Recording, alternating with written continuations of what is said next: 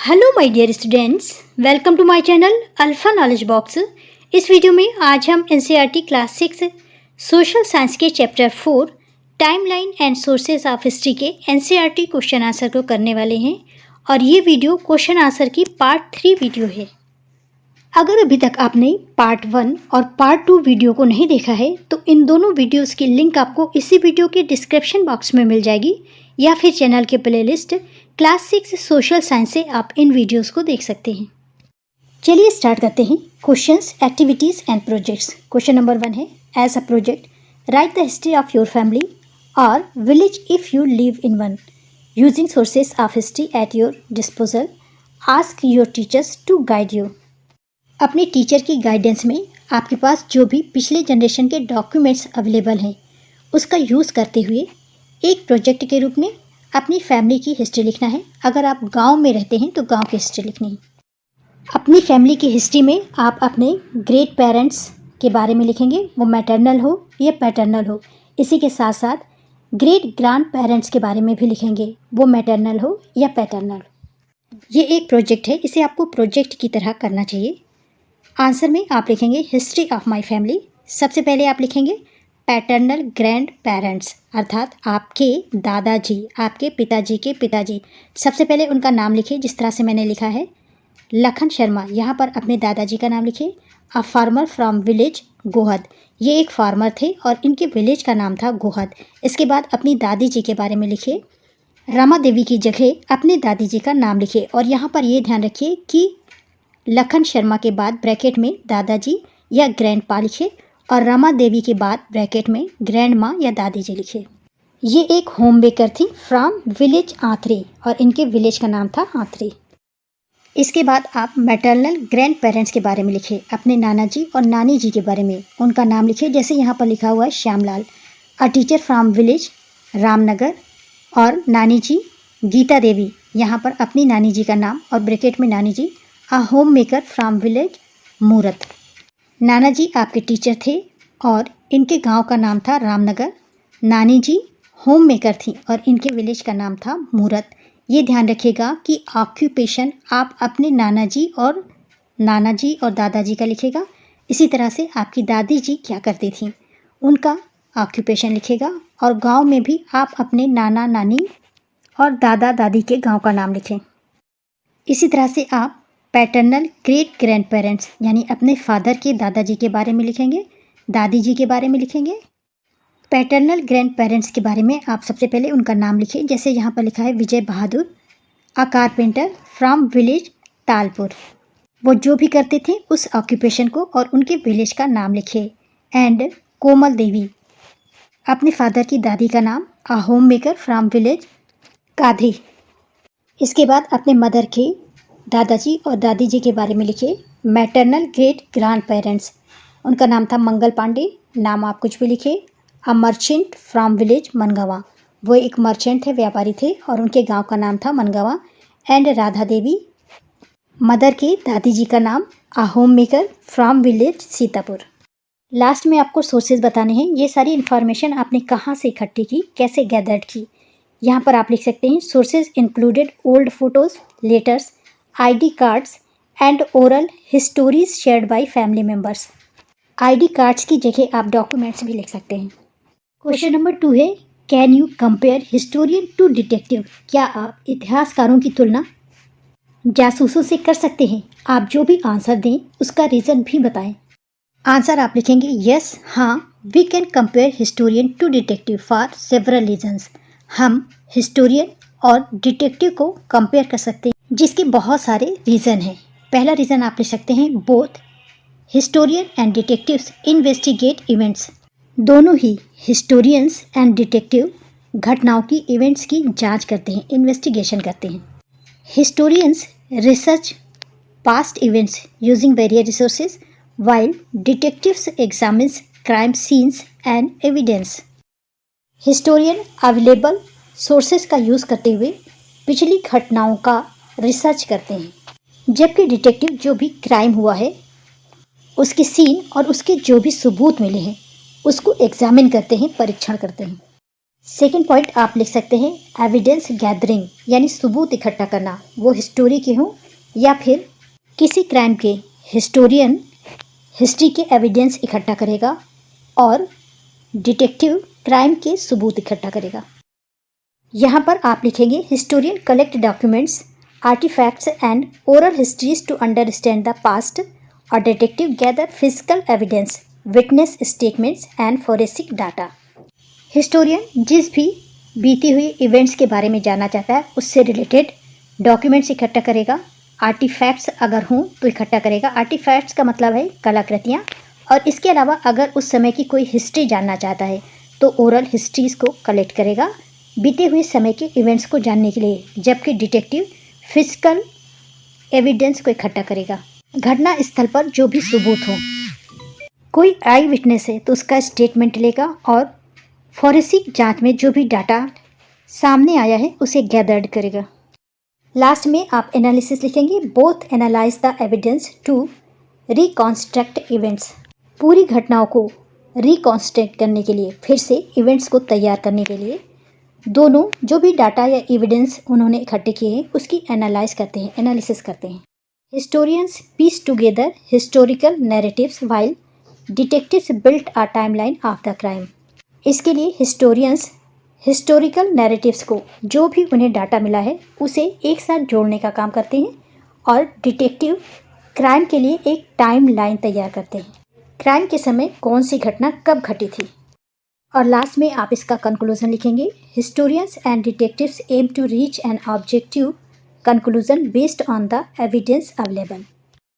तीसरे क्वेश्चन में है a few exercises with dates. यहाँ पर डेट्स के साथ कुछ एक्सरसाइजेज दी हुई हैं। पहला है place this dates chronological on the timeline 323 CE, 323 BCE, 100 CE, 100 BCE, 1900 BCE और 1090 CE, 2024 CE। इन सभी डेट्स के लिए आपको एक टाइमलाइन प्रिपेयर करनी है, तैयार करनी है। आंसर आप इस तरह से लिखेंगे, सबसे पहले dates chronologically on the timeline, sequence में BCE और CE की डेट्स को लिखिए।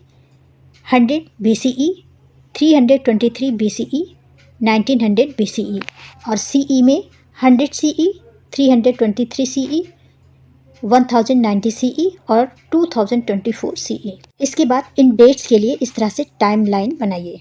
आपको इस तरह से एक टाइमलाइन तैयार करनी है। बीच में एक सेंटर बनाइए, राइट साइड CE लिखिए और लेफ्ट साइड BCE। इधर की सारी वैल्यूज CE को रिप्रेजेंट करेंगी और इधर की सारी वैल्यूज BCE को रिप्रेजेंट करेंगी। इसके बाद क्वेश्चन में दी हुई इन वैल्यूज को या डाटा को टाइमलाइन में लिखें। सबसे पहले इन दोनों वैल्यूज को लिखेंगे, 100 CE और 100 BCE को। सभी डेट्स के लिए इस तरह से अलग अलग दोनों साइड पॉइंट्स बना लीजिए। पहली वैल्यू है 100 CE और यहाँ पर भी 100 BCE। इसके बाद इससे बड़ी वैल्यू है 323 BCE और 323 CE। 100 CE और 100 BCE के बाद आप लिखेंगे 323 BCE और 323 CE। इसके बाद BCE में है 1900 और CE में है 1090 और CE में लास्ट वैल्यू है 2024 CE। इस तरह से इस पॉइंट पर लास्ट में आप 1900 BCE लिखेंगे और यहाँ पर CE में 1990 और लास्ट में इस पॉइंट पर 2024। अब यहाँ पर क्वेश्चन पूछा गया है, if king Chandragupta was born in 320 CE, which century did he belongs to and how many years was that after the Buddha's birth. अगर राजा चंद्रगुप्त 320 CE में पैदा हुए हैं तो वो किस सेंचुरी को बिलोंग करेंगे और बुद्ध के बर्थ के कितने ईयर्स बाद। आंसर आप इस तरह से लिखेंगे, किंग चंद्रगुप्त बर्थ, चंद्रगुप्त का बर्थ हुआ था 320 CE में, इसलिए ये बिलोंग करते हैं सेंचुरी 4th को।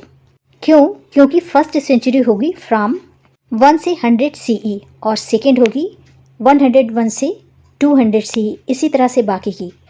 थर्ड सेंचुरी होगी 201 से 300 तक और फोर्थ होगी 301 से 400 तक। इस तरह से 201 से 300 तक 3rd सेंचुरी और 301 से 400 तक 4th सेंचुरी।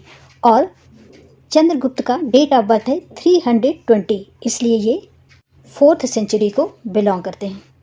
अब ये कैलकुलेट करेंगे कि चंद्रगुप्त बुद्धा के कितने बाद बर्न हुए। Year after Buddhas burn, Buddha was born in 560 BCE, ये आपको पता होनी चाहिए। चंद्रगुप्त कितने दिनों बाद पैदा हुए, इसे कैलकुलेट करने के लिए दोनों की डेट ऑफ बर्थ को प्लस करेंगे और 1 माइनस कर देंगे। Calculating the year from 560 BCE to 320 CE। इस तरह से 560 BCE प्लस 320 CE, इन दोनों को प्लस करेंगे और प्लस करने के बाद 1 माइनस करेंगे तो आंसर आ जाएगा 879 ईयर्स। इस तरह से चंद्रगुप्त मौर्य बुद्ध से 879 ईयर्स बाद पैदा हुए।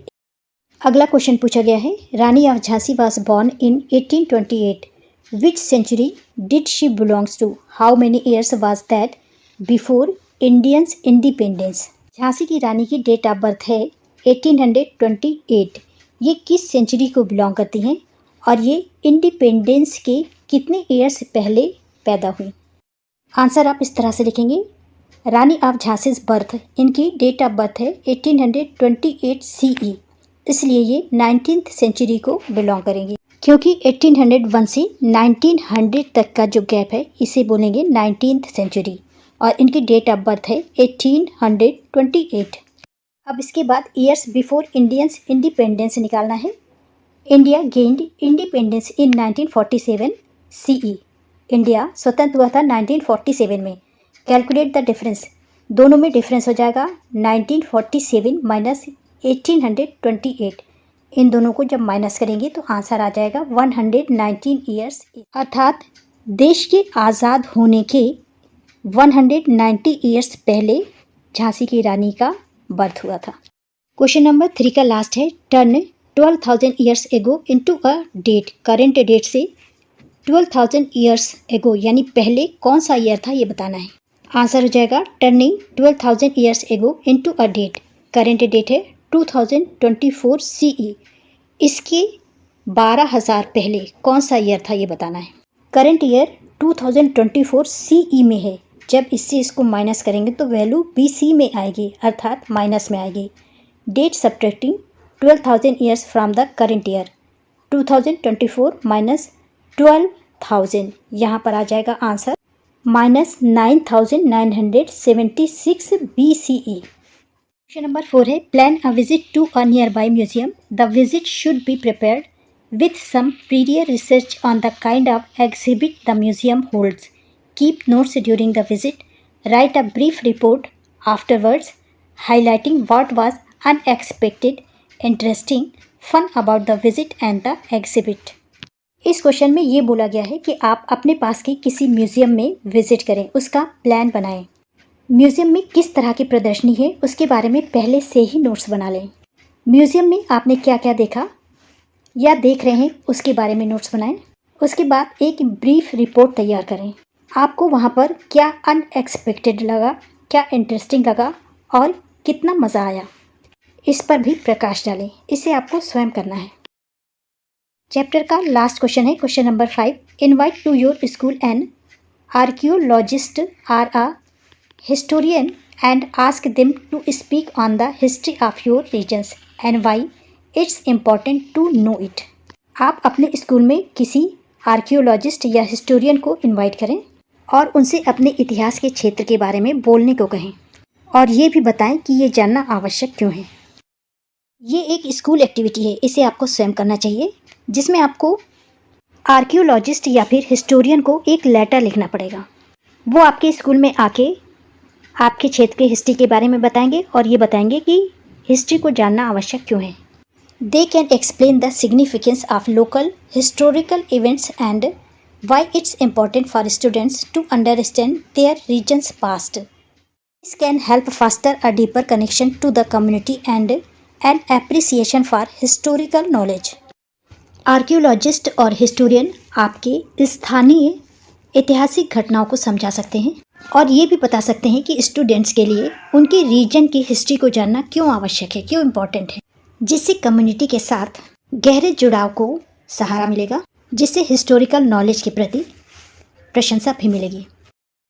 This is the end of video. Thanks for watching.